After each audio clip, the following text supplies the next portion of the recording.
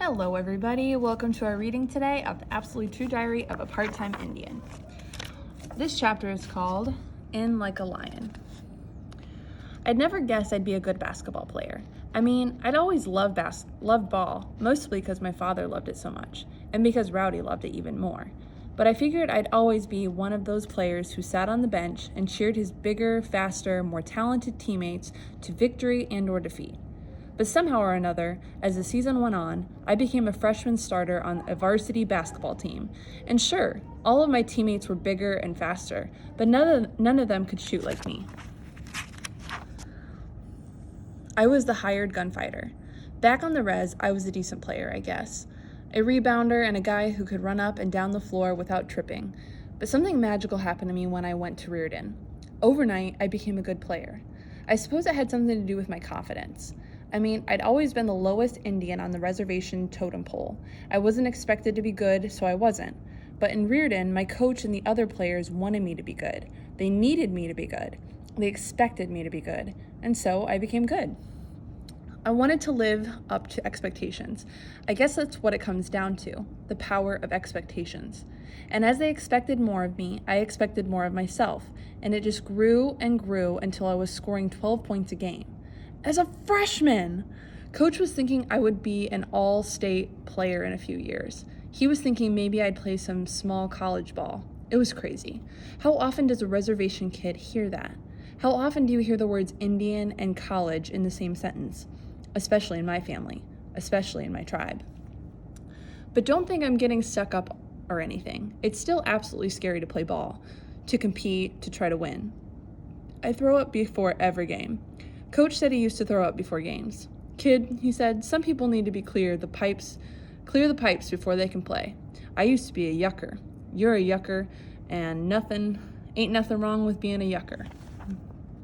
So I asked Dad if he used to be a yucker. What's a yucker, he asked. Somebody who throws up before basketball games, I said. Why would you throw up? Because I'm nervous. You mean because you're scared? Nervous, scared, same kind of things, aren't they? Nervous means you want to play. Scared means you don't want to play. All right, so Dad made it clear. I was a nervous yucker in Reardon. Back in Wellpinit, I was a scared yucker. Nobody else on my team was a yucker. Didn't matter one way or another, or the other, I guess. We were just a good team, period. After losing our first game to Wellpinit, we won 12 in a row. We just killed people, winning by double figures every time. We beat our arch rivals, Davenport, by 33. Townspeople were starting to compare us to the great Reardon teams of the past. People were starting to compare some of our players to great players of the past. Roger, our big man, was the new Joe Wetzel. Jeff, our point guard, was the new little Larry Soliday. James, our small forward, was the new Keith Schultz. But nobody talked about me that way. I guess it was hard to compare me to players from the past. I wasn't from the town, not originally, so I would always be an outsider. And no matter how good I was, I would always be an Indian. And some folks just found it difficult to compare an Indian to a white guy. It wasn't racism, not exactly. It was, well, I don't know what it was. I was something different, something new. I just hope that 20 years in the future, they'd be comparing some kid to me. Yeah, you see that kid shoot? He reminds me so much of Arnold Spirit. Maybe that will happen. I don't know. Can an Indian have a legacy in a white town? And should a teenager be worried about his frickin' legacy anyway?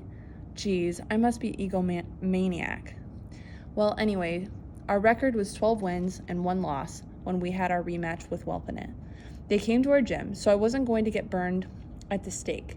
In fact, my white fans were going to cheer for me like I was some kind of crusading warrior.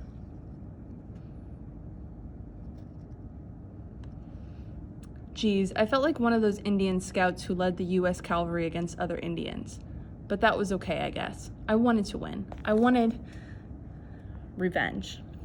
I wasn't playing for the fans. I was playing for the white people. I was playing to beat Rowdy. Yep, I wanted to embarrass my best friend. He turned into such a stud on his team. He was only a freshman too, but he was averaging 25 points a game. I followed his progress in the sports section. He led the Wellpinit Redskins to a 13-0 record. They were the number 1 ranked small school in the state.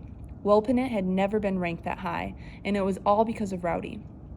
We were ranked number 2, so our game was a big deal, especially for a small school battle. And most especially because I was a Spokane Indian playing against his old friends and enemies. A local news crew came out to interview me before the game. "So Arnold, how does it feel to play against your former teammates?" the sports guy asked me. "It's kind of weird," I said. "How weird?" "Really weird." Yep, I was scintillating. The sports guy stopped the interview. "Listen," he said, "I know this is a difficult thing. You're young, but maybe you could get more specific about your feelings." "My feelings?" I asked. "Yeah, this is a major deal in your life, isn't it?" "Well, duh, yeah, of course it was a major deal. It was maybe the biggest thing in my life ever, but I wasn't about to share my feelings with the whole world. I wasn't going to start blubbering for the local sports guy like he was my priest or something. I had some pride, you know." I believed in my privacy. It wasn't like I'd called the guy and offered up my story, you know? And I was kind of suspicious that white people were really interested in seeing some Indians battle each other. I think it was sort of like watching dogfighting, you know? It made me feel exposed and primitive. "So, okay," the sports guy said. "Are you ready to try again?" Yeah, okay, let's roll." The camera guy started filming. "So Arnold," the sports guy said, "back in December you faced your old classmates and fellow Spokane tribal members in a basketball game back on the reservation, and you lost.